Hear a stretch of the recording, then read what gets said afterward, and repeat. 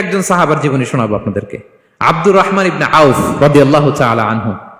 10 জন জান্নাতের দুনিয়াতে বসে যে 10 জন সাহাবা জান্নাতের সুসংবাদ পেয়েছেন তাদের মধ্যে একজন, আলহামদুলিল্লাহ বলেন। আব্দুর রহমান ইবনে আউফ রাদিয়াল্লাহু তাআলা আনহু প্রথম 8 জন মক্কায় যারা কালিমা পড়ে মুসলমান হয়েছে তাদের একজন। তার স্ট্যাটাসটাকে জেনে নেন। তো তিনি যখন মক্কা থেকে হিজরত করে মদিনায় গেলেন, মনে রাখবেন মক্কা থেকে যে সাহাবারা বাড়ি ঘর ছেড়ে হিজরত করেছে তাদেরকে বলে মহাজির, মানে হিজরতকারী সাহাবা। আর মদিনাতে যে সমস্ত সাহাবারা তাদেরকে রিসিভ করেছেন তাদেরকে বলে আল আনসার, মানে সাহায্যকারী সাহাবা। তো যারাই হিজরত করে মক্কা থেকে মদিনায় যেত, বিষ্ণু ইসলাম মদিনার কোন সাহাবীর সাথে তার ভাই পাতিয়ে দিতেন, আল মুআখাত, ব্রাদারহুড করে দিতেন, দায়িত্ব দিতেন যে তুমি এই সাহাবীকে দেখবে। তো আব্দুর রহমান ইবনে আউফ রাদিয়াল্লাহু তাআলা আনহু যখন হিজরত করে গেলেন, তার দেখভাল করার জন্য যে সাহাবীর দায়িত্ব পড়ল তার নাম হচ্ছে সাআদ ইবনে রাবিয়া, আনসারী সাহাবী রাদিয়াল্লাহু তাআলা আনহু। বিষ্ণু বললেন, সাআদ, আব্দুর রহমান ইবনে আউফ তোমার ভাই, ভাই বানিয়ে দিলেন। কি বানিয়ে দিলেন? তুমি তাকে টেক কেয়ার করবে, সে হবে তোমার মেহমান। সুবহানাল্লাহ। সাআদ ইবনে রাবি রাদিয়াল্লাহু তাআলা আনহু তিনি আব্দুর রহমান ইবনে আউফকে ডেকে নিয়ে গেলেন, ঘরে নিয়ে গেলেন মেহমানকে, এবং বললেন, ইয়া সাআদ ইন্নী আকসারুল আনসারি মালান। হে সাআদ, তুমি চিন্তা করো না, তুমি মনে করো না যে তোমার ভরণ পোষণ দিতে আমার কষ্ট হবে। আমি মদিনার সবচাইতে বড় বিজনেস ম্যাগনেট, সবচাইতে বড় বিজনেস ম্যাগনেট আমি। No tension, don't worry about it. Tension নিও না, আসো, তোমার জন্য আমার কি প্রপোজাল শোনো।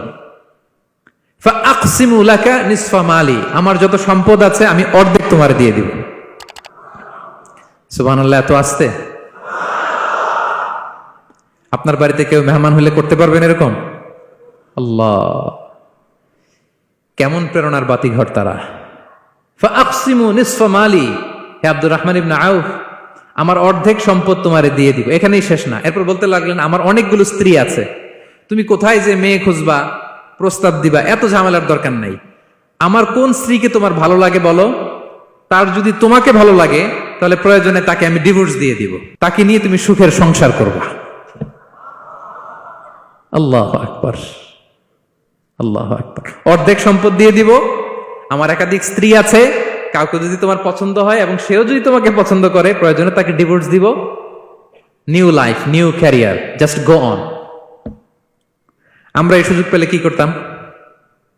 সাথে সাথে অর্ধেক সম্পদ নিয়ে নিতাম, ঠিক কিনা? আব্দুর রহমান ইবনে আউফ প্রেরণার বাতিঘর। উনি কি করলেন?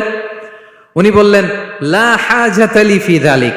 আমার ভাই, তুমি যে বলছো সাআদ ইবনে রাবি, তুমি যে এত চমৎকার প্রপোজাল দিয়েছো, এতেই আমি খুশি, তোমার কোনো কিছুর আমার দরকার নাই। বারাকাল্লাহু লাকা ফি আহলিকা ওয়া মালিক, আল্লাহ তোমার সম্পদে বরকত দেখ, আল্লাহ তোমার পরিবারেও বরকত দেখ। তবে একটা কষ্ট করতে হবে, সেটা কি? আব্দুর রহমান ইবনে আউফ বললেন, দুল্লানি ইলা সুক, just show me the way to market. মদিনার বাজারটা কোথায় এটা একটু দেখায় দাও। আমি নতুন মানুষ, পথঘাট চিনি না। দুল্লানি ইলা সুক, just show me the way to market of Medina. মদিনার বাজারটা কোন রাস্তা একটু দেখায় দাও। আল্লাহু আকবার। সাআদ ইবনে রাবি বললেন, এই তো মদিনার বাজার। উনি যে কিছু ঘি কিনলেন, পনির কিনলেন, কিনে বিক্রি করলেন, প্রফিট করলেন। ওই প্রফিট দিয়ে আরো বেশি করে কিনলেন, আবার বিক্রি করলেন, প্রফিট, আবার বিক্রি করলেন, প্রফিট। এই কেনা বেচা করতে করতে 1-2 মাসের মধ্যে উনি মদিনার one of the biggest business magnate হয়ে গেলেন। আল্লাহু আকবার। কি হাড় ভাঙা পরিশ্রমই না তারা করেছেন।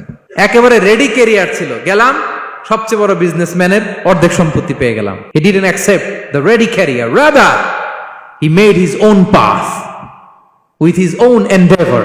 নিজের চেষ্টায়, নিজের পরিশ্রমে, নিজের ঘাম ঝরিয়ে নিজের ক্যারিয়ার তৈরি করেছেন। চিল্লায় বলেন ঠিক কিনা? This is the biography of Abdur Rahman ibn Auf radiyallahu ta'ala anhu.